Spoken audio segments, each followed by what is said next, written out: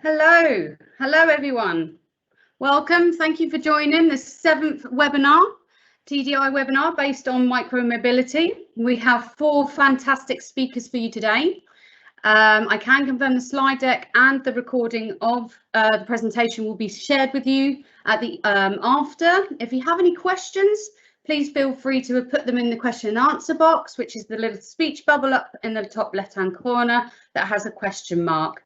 We will try and get all questions and answers answered during the presentation. However, if we do overrun and we haven't answered all your questions, please don't worry, because we will then get the questions sent over to you and we will get them answered for you as soon as we can. So I'm now going to be handing over to Karla, who is going to introduce micromobility. Hi, good morning. I hope you're all well out there. Unfortunately, David Leipziger is meant to be doing this, but we're having some technical issues behind the scenes, so we will hopefully get David on board. So I will do my best to explain a little bit about micromobility in the meantime, and try not to ruin David's reputation in this area, which is way better than mine. Okay, thanks, Janine. Go on to the next slide for me. And the next one.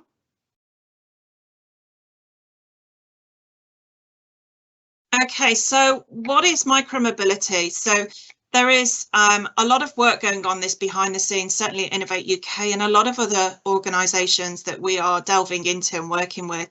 So we're talking about vehicles which are less than 300 kilograms, such as bicycles, e-scooters, e-bikes, last mile delivery vehicles as well, which is sometimes forgotten as part of this package. And we know that they're really going to accelerate the net zero opportunity. They're going to be better for public health, business growth agenda. So we're really trying to exploit this newly emerged testbed opportunity really within the UK. So you can see that there's a whole opportunity on that slide really of different directions we can go in within our area. So as just mentioned, we are positioned for growth. As many of you know, there are already test beds out there with regards to the scooter trials, and more coming on board, especially in London. We now know of a few more that are happening in London.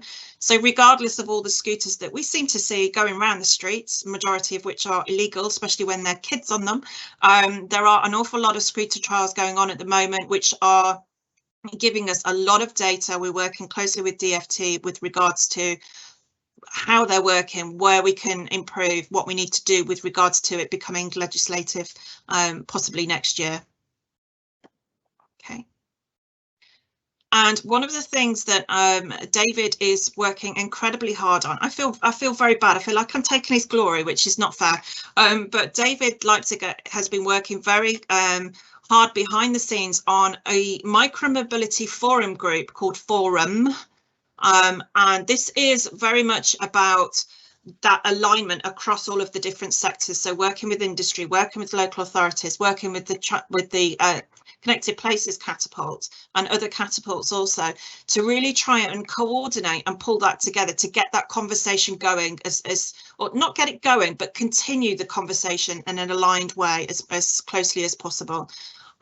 So I think that is, we'll send more information out about Forum. It's very new. We're just getting the website set up, so we will send information out about that. But it is something we're working on with the Connected Places catapult to look into those focus areas. I think that is all of David's slides, isn't it? So I'm going to pass on to Dr. Elisabetta Cherchi, and I'm pretty sure hopefully that David will come online shortly and will be able to answer a load more questions, which you've probably got from that little explanation. So I'll pass over to you, Elisabetta. Thanks, Karla. Thanks so much, and thanks for inviting me to give this to participate in this discussion. So as you said, I'm Elisabetta Cherchi and I'm professor at Newcastle University, and my area of expertise is travel demand. So today I'm going to briefly touch upon the relation between travel demand and micromobility. Thanks, Janine.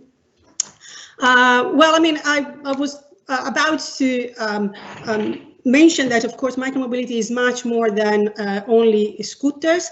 Of course, I mean, Karla explained very well before the differences and everything that includes micromobility. Standing scooters definitely are the newcomers and probably the most popular among the macromobility modes. They have lots of implication for the travel demand. At the moment, they are increasing rapidly, and then I'm going to discuss a little bit what this means in terms of demand. Thanks, Janine. So when we think about the implication in terms of demand, there are a couple of questions that are relevant. First of all, which demand do e-scooters satisfy? Which targets, of the consumers they capture, and for me, even more importantly, which mode do e-scooter substitute? Thanks, Janine. So if we look at the demands, which demands do e-scooters satisfy? Definitely, if we look at what we have so far, it is shorter trips between 1, 2.5 at maximum 3 kilometers, and this is because of the natural.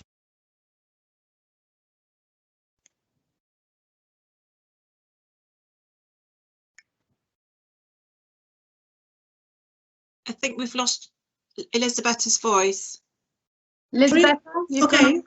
Yep. I don't know why okay. What did you have missed? I mean, well, in terms of short, we said that's normal for this type of mode. At the moment, they are used mainly for recreational purposes. Even if we look at the current numbers, there are some studies that says it's also used for business, but mostly is for recreational purposes. If we look at the type of trips, we aim to have this also mode to be used as last miles. So as part of a multimodal trip.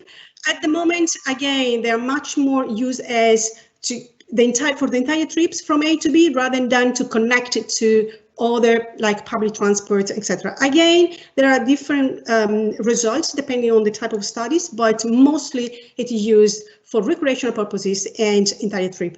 Thanks, Janine. The target, again, at the moment, mostly young people and students. This is also because some of the trials are, for example, in cities where there are lots of universities, or they are located, the vehicles, they are located close to recreational area, or, as I said before, universities. Definitely, again, studies show that mostly pro-environment people and a little bit more risk-averse, young people and male are usually more risk-averse than less young and female. So there is still a perception that it might require some skills to use this vehicle, this mode. And also, if we don't have reserved lines, it might be not everybody might feel confident in using this mode along in the same streets, sharing the space with cars. Thanks, Janine. In this sense, it is important when we set up any trials, etc., to try to properly inform how to use the system. And some trials, when they have done that, it has been proved that it decreases a lot the perception of risk when we use this system. Thanks, Janine. So the last point here, which I said, is even more important from the demand point of view, because if the goal of this system, this micromobility, is to have zero carbon emission or reduce emission, etc., then it is important to see which type of modes they are substituting. At the moment, mostly walking and biking. If this is the case, of course, the impact in terms of reducing the emission is not that high. So what we need to aim for is to have them to reduce cars. And there is studies, theoretical studies says potentially they can reduce up to 70% of short trips made by car, but this is not still the case. So we need to work in this direction. Thanks, Janine. This is I mean, if we look at this micromobility, and not so much the bikes, but definitely the standing scooters, they can be classified as innovation in transport. So they're new systems. And as any innovation we have dealt with in transport, starting with electric vehicles, autonomous vehicles, etc., the typical cars theoretically is the one that also Karla showed before, or David showed before, and then you can see also here reproduced. So it is exponential.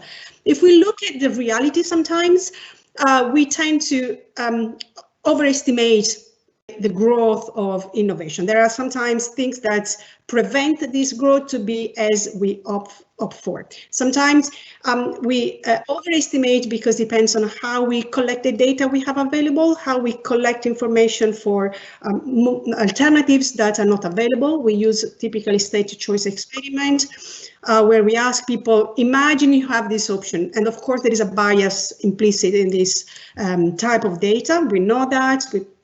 We know how to overcome, but it's still there. We base our forecast on the trials, but we know that the willingness to try is different from the willingness to use. So we need, of course, to take into account this difference. Thanks, Janine. So there is at the moment, when we analyze this data, lots of heterogeneity around the results, and this is normal because we have applications so far, which are most trials, not all of them. We have application everywhere in the world, so we have different structure in the city, different culture. I mean, think about an application in New York or Singapore versus an application in Newcastle or Santa Monica, that is a very nice city, built around the university, but not only in California, and it's completely different level of congestions people experience. The current modal split is different in Singapore, New York, and Newcastle. The weather is completely different, and this, of course, has an impact in the use of that. There are different policies. I mean, Singapore and China, they have different policies towards cars, so it's more likely that in China or in Singapore, we see substitution between cars and micromobility than, for example, we can see in Santa Monica or in Newcastle, for example. So the goal should be to try to implement policies in order to not so much substitute walking trips, but hopefully to substitute short trips that are made by car. Thanks, Janine. Just one small 1 second to conclude. Remember, I said macromobility can be owned, so my own vehicle, or shared. In terms of travel demand, there is an implication. When we have shared vehicles, they overcome the cost of buying the vehicles. And so this attracts people from different level of income, increase accessibility to a bigger audience. Allows trials so people can experience, which is really, really important. At the same time, when you own the vehicle, you tend to use more. This is the problem with cars. We have a car and we tend to use it. So having also own micromobility or scooters, probably it's also a way to increase the demand. So we need to think about all these elements that affect the demand in order to put in place the right policies. Thanks so much. Thank you, Elisabetta. Thank you very much for that. I'd like to introduce you now to our next speaker, who is Louise Clayton. She is from Staffordshire Council, and Louise will be coming in now to speak. Thank you, Louise. Thank you, Janine. Good morning, everybody. It's a pleasure to be here with you today. My name's Louise Clayton, and I'm Head of Transport Operations and Future Connectivity at Staffordshire County Council, and I'm also the Strategic Lead for our Live Labs programme. In the next 10 minutes, I'd like to share with you what we're doing in Staffordshire to understand how micromobility could work in a rural county like ours, specifically focusing on the role of e-scooters and our data-led trials. First, I'll start by explaining how all of this has been made possible by our ADEPT Live Labs programme. Thank you, Janine.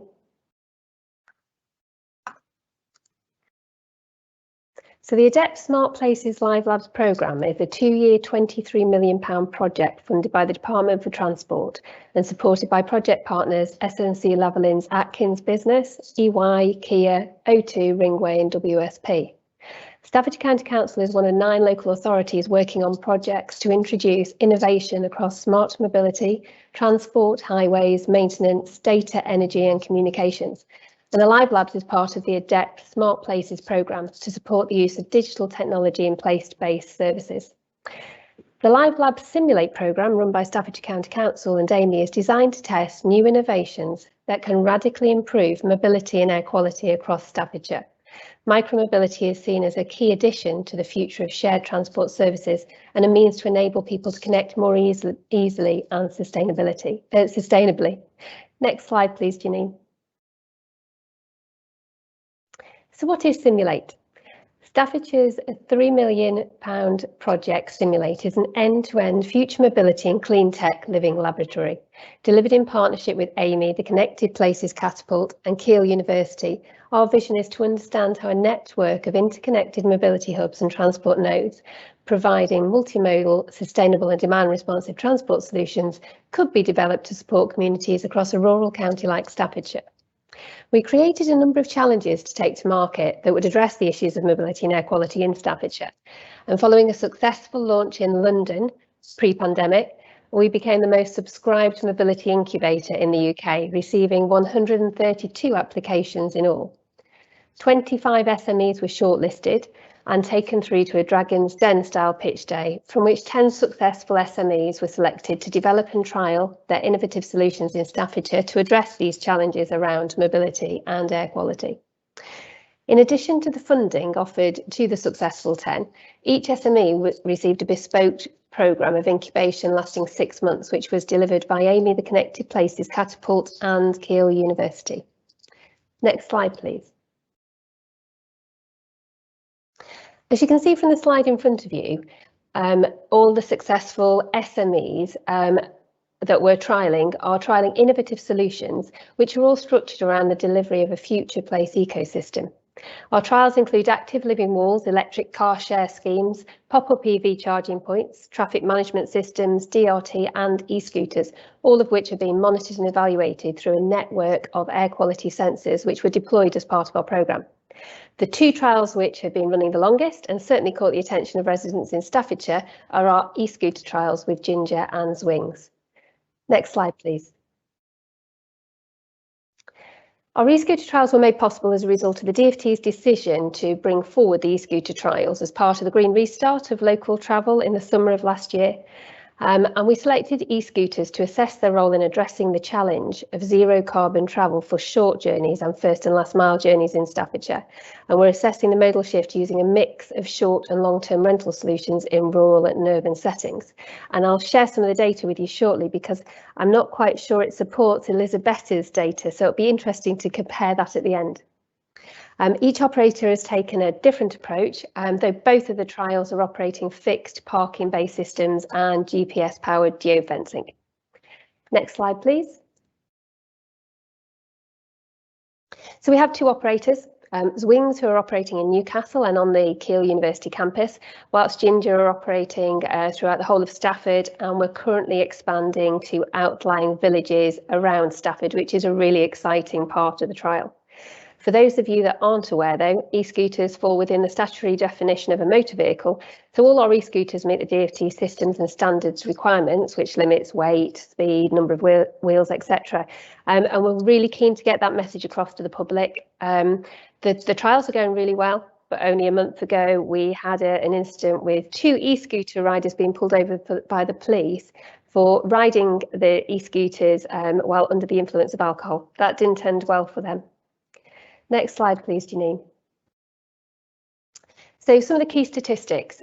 We started each trial with just 20 e-scooters back in September 2020, and we've gradually increased the number in operation to well over 200 now. So there have been nearly 25,000 rides covering more than 110,000 kilometres. The average journey length and journey times have steadily increased since the trials began, and the average journey is now 4.5 kilometres and lasts on average 37 minutes. Vehicle utilisation rates have increased to 1.23, which is really important when we're thinking about the commercial operation of such schemes. And we've seen a massive increase in the number of point-to-point journeys, accounting for just 20% of all journeys in the early days. Point-to-point journeys now account for more than 75% of our rides. Whilst trials have been positively received in Staffordshire and expanded at a faster rate than we ever expected, they've not been without their problems. On the very first day, we had an e-scooter thrown in the river, and we captured 90 incidents of rider misuse, so potentially on the footpath, using the town-censored CCTV.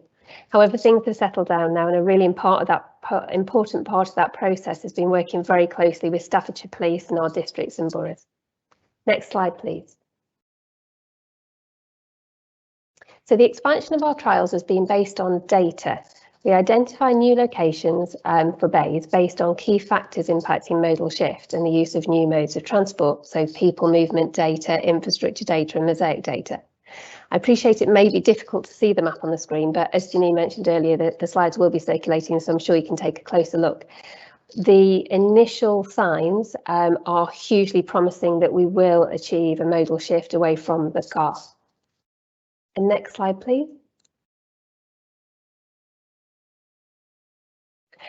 So managing the risk was a key priority for us as a county and for our operators as well. So Internet of Things technology is built into every single e-scooter on the road, providing accurate GPS positioning, which enables us to manage the risks associated with e-scooter usage. In other words, we know exactly where each e-scooter is at any moment in time.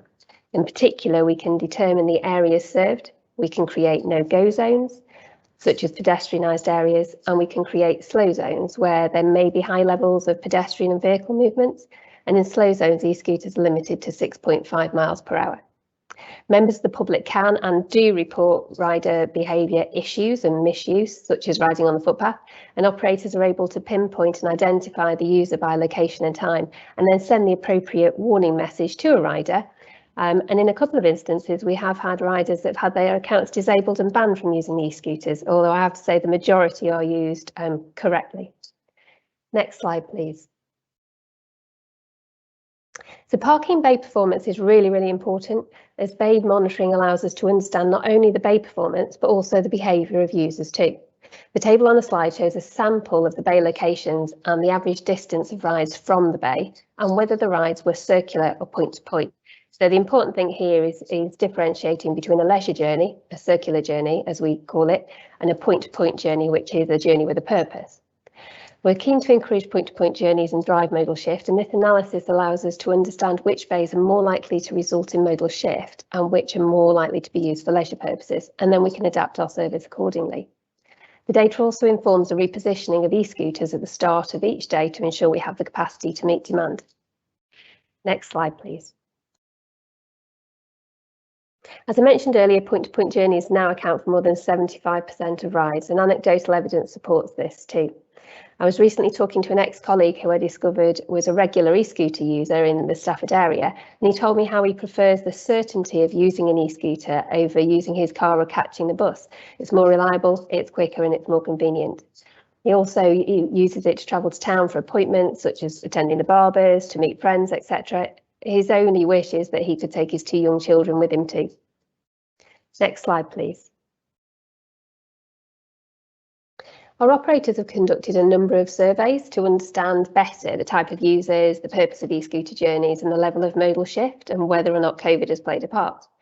As you can see from one of the most recent surveys undertaken by Ginger, which 232 users in Stafford completed, the highest proportion of users are in the 30 to 39 age bracket, nearly 3/4 are male, 64% usually travel by car, so that's their primary form of travel, and only 36% said that the COVID pandemic had influenced their decision to ride an e-scooter, which surprised me actually. I thought that would have been higher.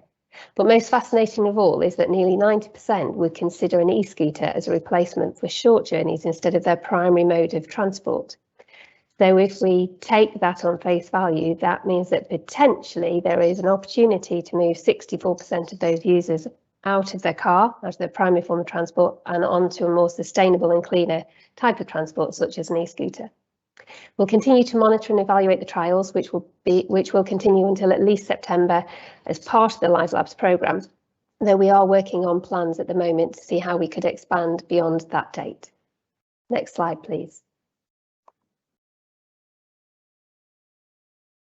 Thank you. So I could talk about e-scooters all day long, but I'd just like to say, please remember that e-scooters are only one of the innovations being trialled as part of our Adept Live Labs programme. As I mentioned earlier, all our innovative trials are structured around the delivery of future place ecosystem. And to support this, we've just completed a feasibility study to understand the role of mobility hubs and nodes to optimise connectivity, improve the experience for passengers, improve rural mobility and move towards a zero carbon ecosystem. On that note, I think my time's up, but I'd just like to say thank you very much for listening. And if anybody would like any more information on the Adept Live Labs programme, or indeed how our e-scooter trials are progressing, then please feel free to contact me. Thank you very much, and I'll hand back to Janine. Thank you, Louise. Thank you. That was really interesting and exciting, actually, how the future is going to be changing quite rapidly over the next 10 years. I'd like to introduce our next speaker, who is Hayden Sutherland. He will be talking to us about micro-mobility for operators and providers and customers. So thank you, Hayden. Good morning. Thank you, Janine. Thank you for the presentation. First slide, please, Janine. Right, as I said, I am here to present on use of data standards for micro-mobility providers, for authorities and for customers. My name is Hayden Sutherland and I'm here from the Open Transport Initiative. The Open Transport Initiative, of which I am the founder and chair, is an organisation, a not-for-profit, that was set up to both create and support the adoption of open standards for sharing data across the transport and mobility sector. We're supported not just by a board, advisory board, who assists me in managing and developing the standards that we've created, but the standards have been created by over 30, nearly 40 different organisations and specialists who've contributed to this standard over the last 2 years that we've been set up. I also, if you look at me on LinkedIn, I'm also a director of Hayden Interface, which is a digital strategy, technology and marketing consultancy. And although I don't sound it, I am based just to the west of Glasgow here in sunny Scotland. Next slide, please, Janine. So firstly, let's give some definitions. There's a lot of different definitions flying around.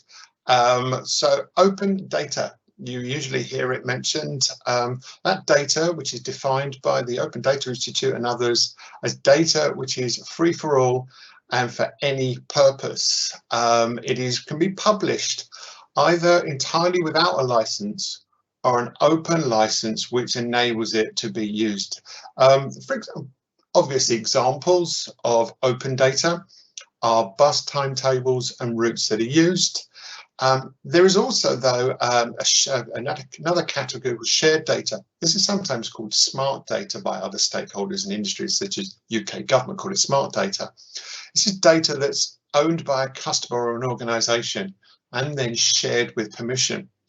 This data also needs to be portable and interoperable between multiple services, and I'll cover what interoperable means later. Next slide, please, Jenny. I use those two terms of open data and shared data because there's lots of uninformed rhetoric that flies around the data sector, the data industry, not just in transport mobility, but across all of UK industry, from salespeople, senior managers who should know better, definitely politicians who use the term sort of open by default and open data, and they misuse it. There also, the terminology we use can be mixed or confusing. The term open data, for example, is not an open standard. They are not the same thing, but I hear them incredibly used interchangeably and inconsistently. Also, the definitions that we use for transport and mobility are really are inconsistent across the whole of UK industry. Some, for example, in some industries, they're named differently, even though they're the same thing. And our definitions aren't the same. So I'm here to tell you about how we get consistency, not just across the transport and mobility sector, but how we need to have consistency across the whole of industry to be consistent. Next slide, please, Jenny. So in order to classify what we mean about the data across the transport and mobility sector, the Open Data Institute created what's known as a data spectrum. This is a diagram that they created a few years back to show the types and naming and the ranges of data, from open to shared to closed data.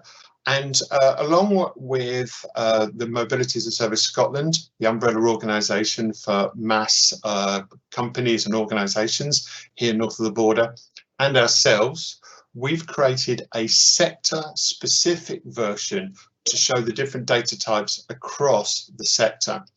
This is an asset that is actually going to be published publicly very soon, and you'll actually it'll be publicised, but I'm going to here to show you something about it. But it's also used not just to get consistency across this industry, but it's to show consistency across multiple sectors, such as smart cities, who use the same terminologies, and other open initiatives such as open energy. Next slide, please, Jenny. So this is in advance of what we're producing, is the draft that we're showing people about what our data spectrum for transport mobility. And as I said, on the right is that data which is open, and on the left, which is that which is closed, and in the middle is that shared or smart data. Now there are variances between those. The closed data on the left varies from sort of personally identifiable information, which is customer data, and commercially sensitive data, all the way on the right through to those timetable and fares and routes, which is entirely open. But in the middle, there can be all sorts of information that needs to be secure, but can be different depending on who needs access. It can be individual to individual, it can be group-based access, I don't know, such as vehicle position and status. And or it could be just more general stuff that data that people need access to, but have a license to limit use. So there is this is consistently used across multiple industries, multiple sectors, and this is what we should be using. And if you look at the bottom right, if you want to see this in live, there's a URL which will be made available after the presentation to link through to this artifact, which is going to be produced as a more formal artifact imminently. But on the next slide, please, Janine, I'll just show you some examples of the different data standards which can be used across the sector. You know, from if you're on the public access on the right towards the open data, that's the bus open data standard, or the National Rail Darwin feed. That's another sort of data standard. That's data come through in the middle, through to things like the GTFS, the Mobility Data Specification, run by the Open Mobility Foundation out of the USA. There are a number of different standards, and it's important to know not just what these standards are, but where they sit across the spectrum. Thank you very much. Next slide, Janine. So you probably, if you're involved in data, you probably say, well, okay, but what sort of foundations, what sort of principles should I really base my data on? And the consistent principles that you'll see and are published, and that we in the transport and mobility industry really need to adopt, are these FAIR data principles. FAIR meaning findable, accessible, interoperable and reusable, and findable meaning, you know, is your data easy to find for both humans and computers? It's not just enough to do a Google search for this data, but can computers find it? Is it when they want to find it, are they able to discover the latest trusted version of your data or an older version? Can they find the latest, greatest of it? Accessible, in other words, is this data retrievable? Is it a standard way of getting at it? Is it available by a consistent standard? And does it enable for a protocol? You know, sort of, is it available via an XML or a CSV, or is it available in some sort of JSON technical standard that's consistent? I mean, these are standards already out there. In other words, is it interoperable? Can it be integrated with other data sources, other consistent data sources? Can they all understand, is it the same language? Are they consistent? And is that standard for integrating with each other an open standard rather than a closed and proprietary one? And is the data reusable? In other words, can it be shared, replicated or enriched? Does it have the correct license associated to be able to share it availably or publicly or locked down? In other words, is your data fair? Consider that. Now, on the next slide, please, Janine, I really wanted to give you some 5 key pointers as a mobility data checklist. And this, especially in the micromobility, as it's growing, is increasingly more prominent. Firstly, set your clear expectations with the start from all your suppliers, all your vendors, everybody. Use consistent industry-wide terminology and definitions in those when you set your expectations. Make sure people know what you're talking about. Is it open? Is it shared and smart, or is it closed data? Understand with your data as well, though. Understand the frequency, the recency, the format, the quality and accuracy of that data. Understand those. Second point is very key. Have strong data governance. Do you have a data strategy for your mobility and transport data? But with data governance, have you created decent documentation? Have you got flows of your data documented? Do you know where your data is stored? Also, have you got a point of escalation and resolution in your organisation for defining data standards, for clarifying it with anybody and suppliers?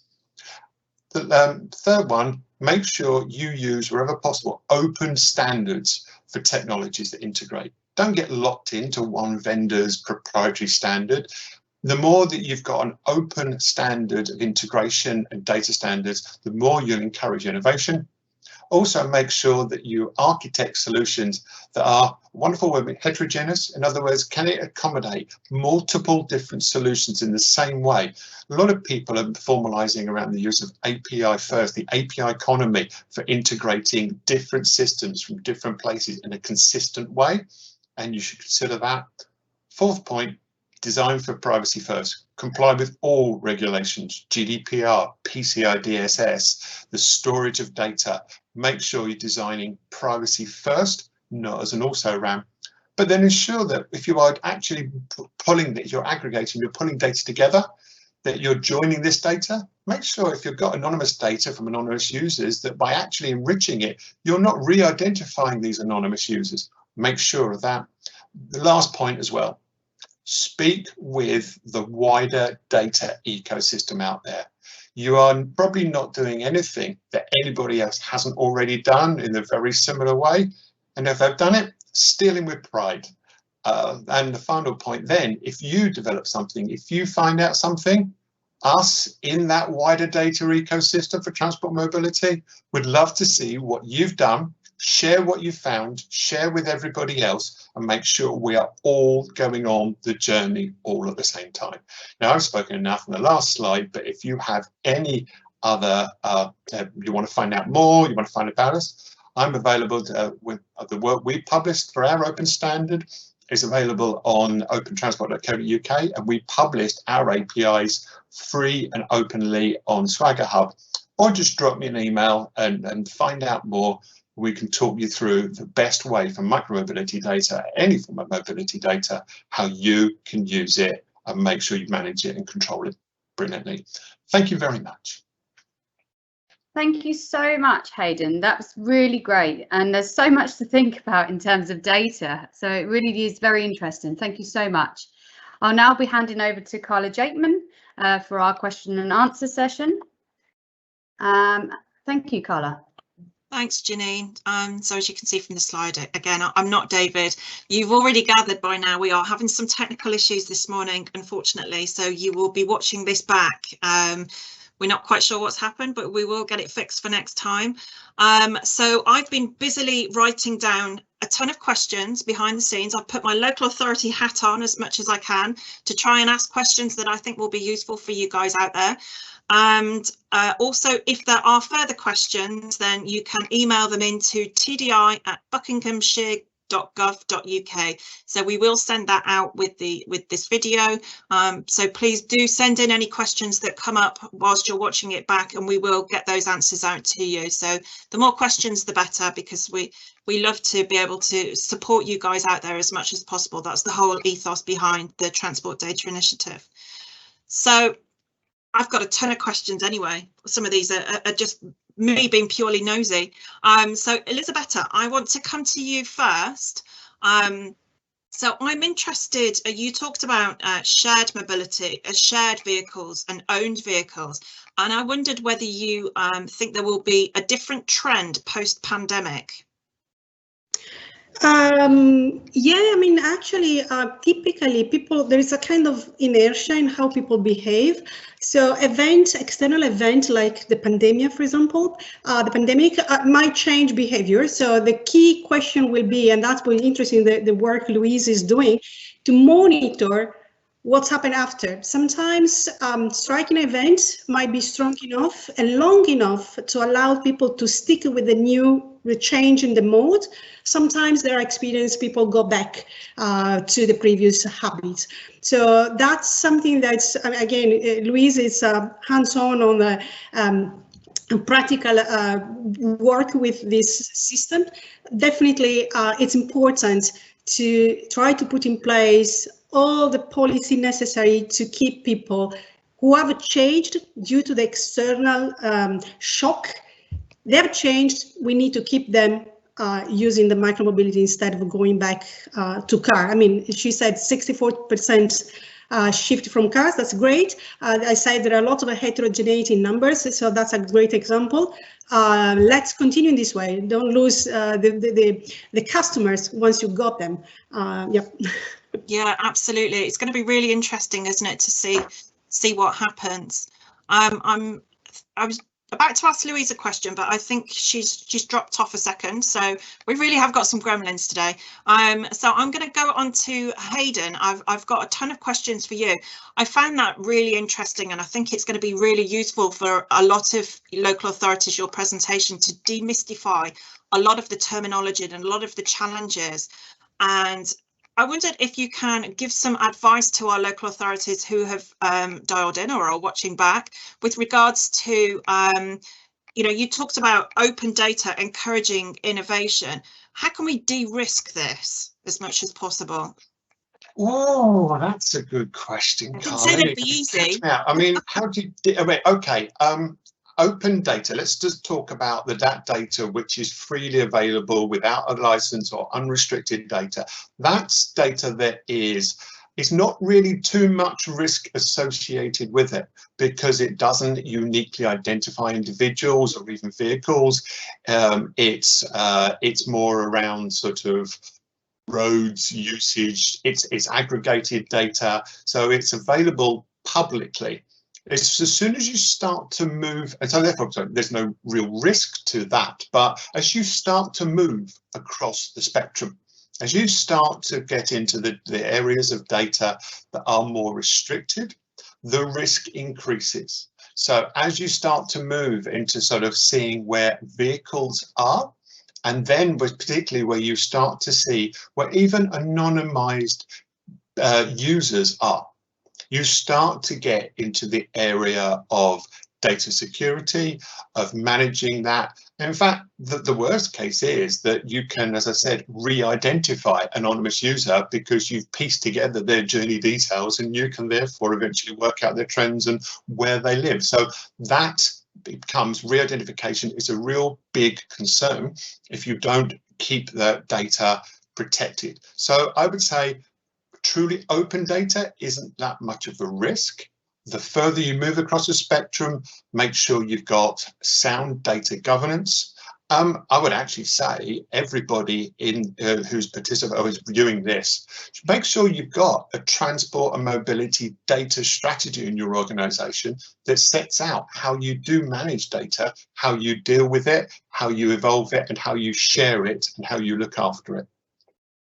Excellent. Some really good advice there. And Hayden, am I right in saying that any of our local authorities can contact you if they want further advice? Absolutely. We are a not-for-profit organisation, but our main role is to share what we know with others. We are happy to share what we know. We are happy to be inclusive. And if we're not the right point of contact, we have contacts into other standards organisations and smart cities and everybody else. So we're happy to facilitate introductions to other standard bodies or to share what we know. And if anybody wants to look at our standard, which is in the smart data sharing, which is really the open banking for the transport sector for our account mobility, then really talk to us. Please contact us. Just take a look at opentransport.co.uk. We're more than happy to share what we know. Excellent, thank you. That's great support. So that's there's an open invitation for you all there to contact Hayden and the team.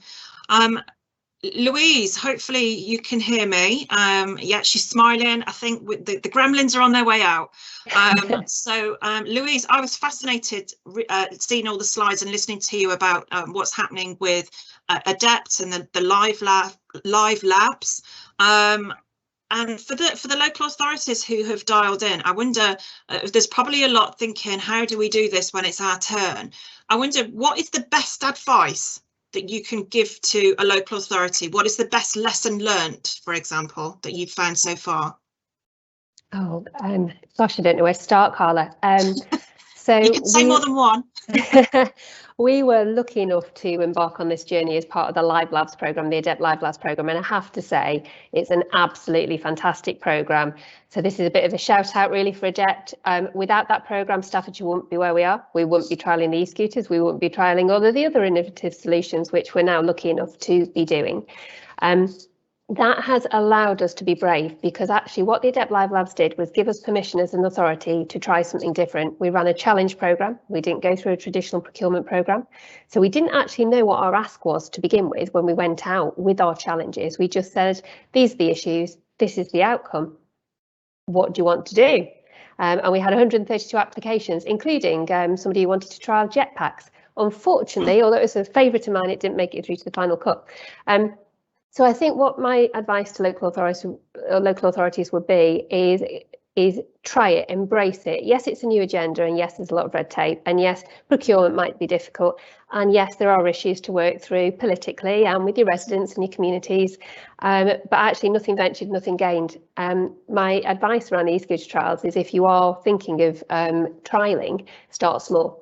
Start really small. As I said, we had 20 scooters in each location to begin with. We've expanded at a far greater rate than we ever expected. We're now expanding out into rural areas, so that's hugely exciting. Can we get modal shift from outlying villages coming into Stafford? So yeah, my advice is just join in. Adept are running a second Live Labs programme in the coming months, but I think that's going to focus on the decarbonisation of the highway network. But I'd still recommend all local authorities have a look at that, because it's a fast-paced challenge programme that allows you to be innovative and do things differently. Excellent, thank you. And many of you will have heard me talk about combo travel in the past, which is this combination of a micro-mobility or an active travel mode, such as walking and cycling, combining that with a motorised mode, such as scooting part of the way and then putting your scooter on a bus for the rest of the way. So there's some conversations going on around that, and I wondered, Louise, if you've seen a sort of a shift change with regards to some of the other operators in your region about being able to put a bike on a bus, for example. We're just starting those conversations actually, Karla, because as most people will be aware, the National Bus Strategy was recently published, which enables or will enable local authorities and operators to work more closely together to have a shared vision and objectives with their EPs, their enhanced partnerships and their BSIPs. And actually that's part of the conversation, because in a rural county like Staffordshire, it isn't just about local bus services, it's about how demand responsive transport plays a part, how e-scooters play a part, and that wider connectivity. So actually how people can transport their scooters and their bikes will be part of that conversation. Historically, I know operators have been really quite relaxed about allowing teenagers to board the bus with scooters, just traditional scooters. So I'm thinking back to sort of 10 years ago when there was a big boom in just normal scooters. So I'm hopeful that they'll be open to that. What we are doing is we're just about to deliver our Rural Mobility Fund programme, which is the delivery of a demand responsive transport solution in Staffordshire moorlands, which will interconnect with a local bus service. It's the first time we've done the interconnecting type of the DRT programme. So normally DRT is point to point, or it has been in our county. So we're now going to interconnect with local service, and we're talking about people being able to carry their bikes to access places like the Peak District in Staffordshire Moorlands and those areas that people want to go walking and cycling in. So that's definitely high on our agenda at the moment, Karla, to make sure that we can facilitate that end-to-end journey and make sure that people can do that. Oh, that's music to my ears. That's brilliant. So I will pick up with you and discuss that further with you. It's great that that is happening. So we know that there are other countries which you can easily stick your bike on the train or on the bus. You know, there's a lot of buses in America, for example, that have the trolley behind where you can easily put your bike on it. So we're not there yet. But Elisabetta, you mentioned in your slides some of the international activity going on around micromobility. I wondered who's getting it really right? Who is doing a great job with this? Oh, I mean, Louise. I mean, from what she says, I mean, because I don't know the data. So actually, I mean, if you have any data, I'm very happy to look at that.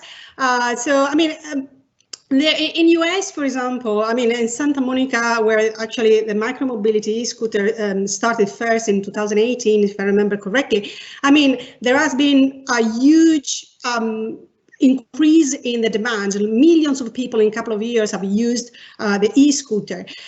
Sometimes when you look at numbers, we see that millions of trips have been done by e-scooters.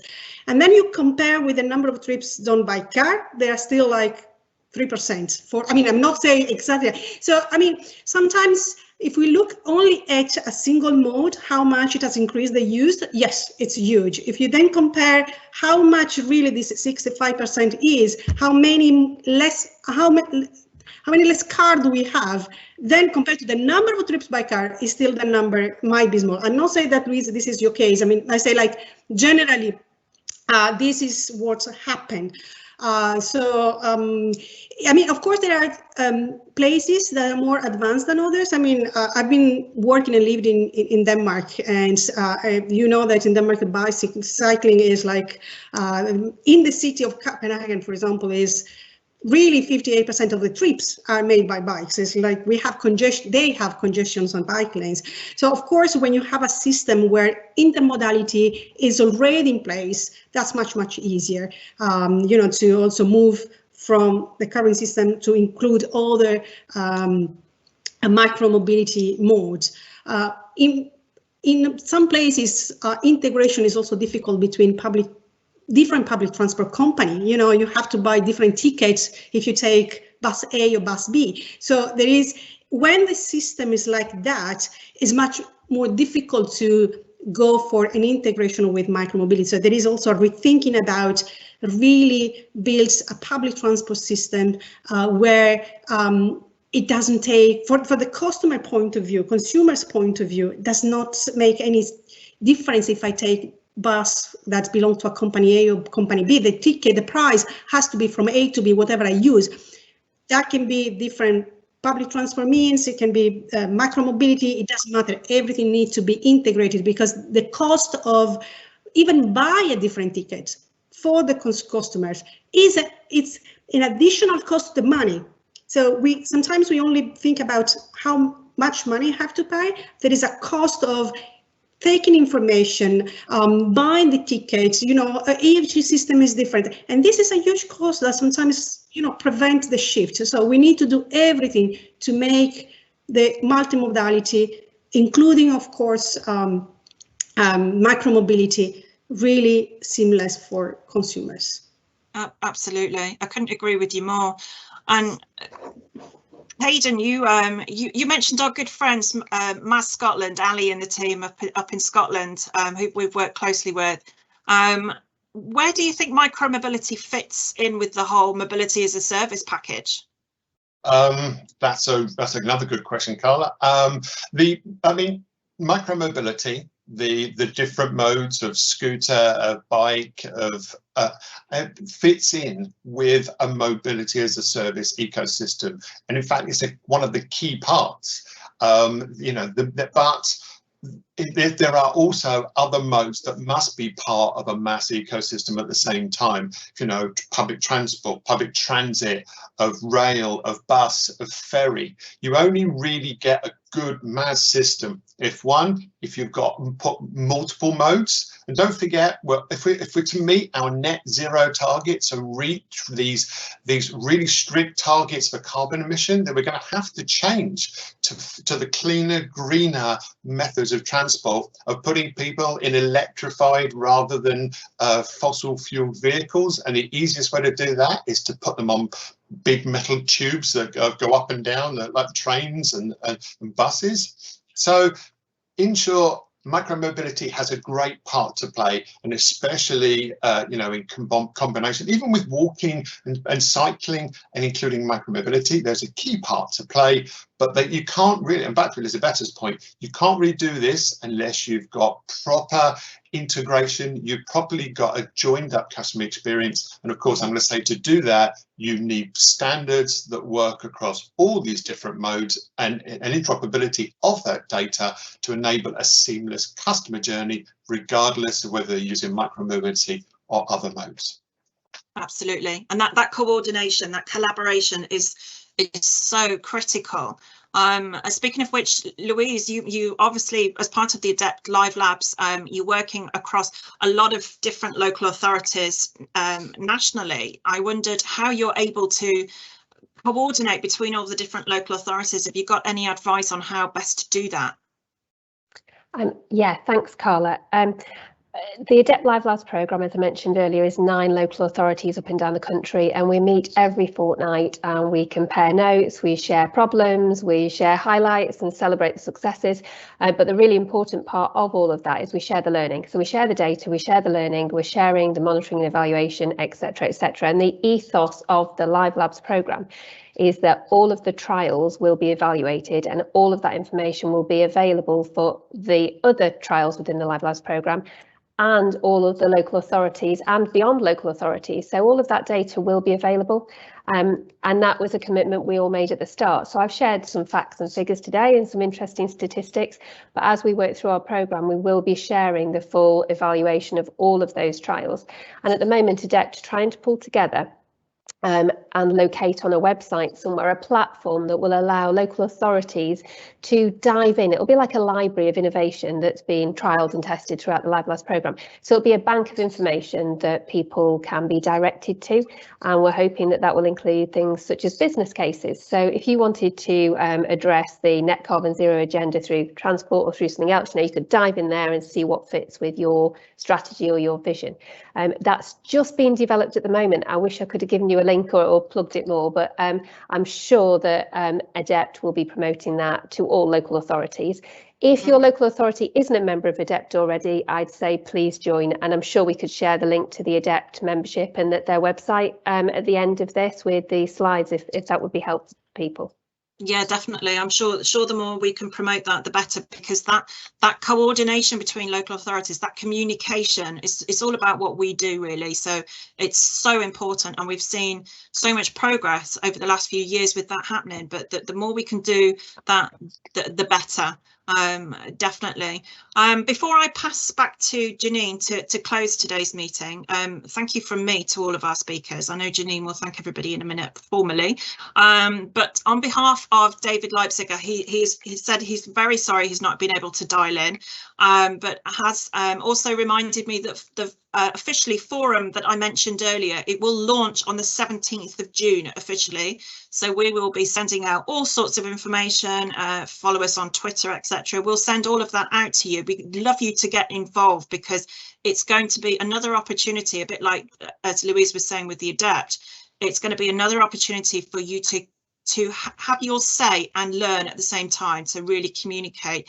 It's going to be really important, so we'd love to see you all as part of that, to make that as beneficial to this particular sector as possible.